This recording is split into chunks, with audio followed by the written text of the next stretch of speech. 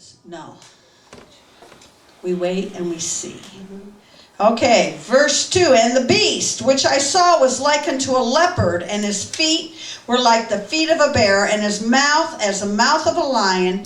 And the dragon gave him his power, and his seat, and great authority. Let's go back. Babylon is the lion. Medo-Persia is the bear. Greece is the leopard. Rome is the beast. Empires of the world's history, that's their names. And they had that as their symbols.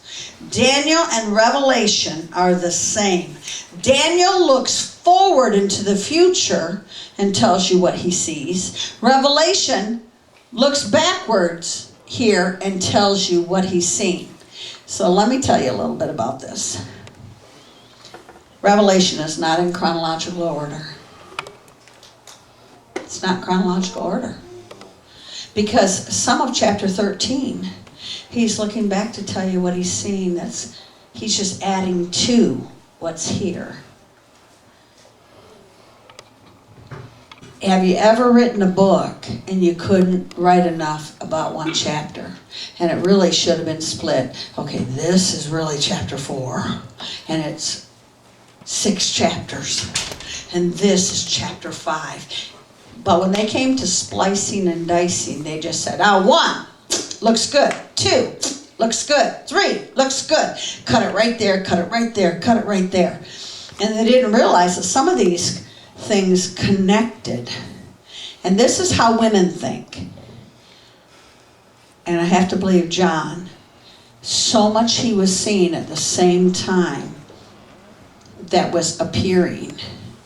And they were writing it down. He said, and this, and this, and this, and I saw this, and I saw this. And depending on who is writing and who's putting it together, you can see where he stops and he looks backwards. He talks about Babylon, Medo-Persia, Greece, Rome, these empires. They should have been in verse 2, not verse 3. I'm sorry. All right. All of these picture a world dictator governing 10 nations at the end of the time. At first there are 13, it says in Daniel, and then it goes down to 10. Is it the European Union? Is it the Club of Rome? Is it the 2030 agenda? No one knows exactly what those 10 ruling nations will be. I personally believe it's 2030. Because I believe there'll be a ruler that will rule over the United States and Canada. And will govern that. There'll be one over South America. There will be one over Asia. And the world will be split up in different sections. So, they will receive power and authority for a single hour, it says, along with the beast. Now, this is pretty interesting. It says that in Revelation 17:12. So if you go all the way up to 17, you're going to start to read about these 10 ruling nations. They receive power for a short time. Now, a careful reading of this passage makes it very clear that the 10 rulers devise a plan prior to the appearance of the Antichrist, and they plan to turn their political power over to the Antichrist as soon as he arises. That's what it says. They plan on it. So Daniel says it also, that all the rule and all the reign will be turned over to one crown, one beast, one Antichrist, and he will govern over these 10. Are you finished with the 10 nation pictures? Mm-hmm. You are? Okay. And I saw one of his heads. Who are we talking about here? Who's the eye? the Antichrist, as it were wounded to death, and his deadly wound was healed. And all the world wondered after the beast. Apparently the beast is shot in the head and wounded and killed. It's not uncommon to see a president taken out. But look at it. His wound, his deadly wound was healed. And all the world wondered after the beast. Wow, he came alive. Ooh, how cool is that? That all the nation would begin to mourn you and all of a sudden you come back to life? Yes.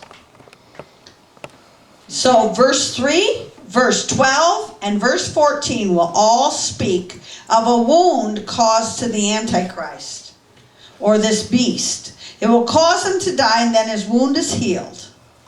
Some will say that it just means that the old Roman Empire died. I fully believe that it is a man that is wounded in the head, just like the scripture says, that will come back to life.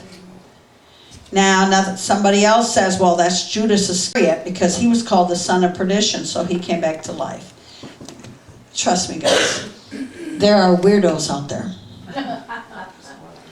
that interpret a whole lot of things. I want to take the scripture just as it says it. The Antichrist is assassinated, comes back to life as Satan reincarnated,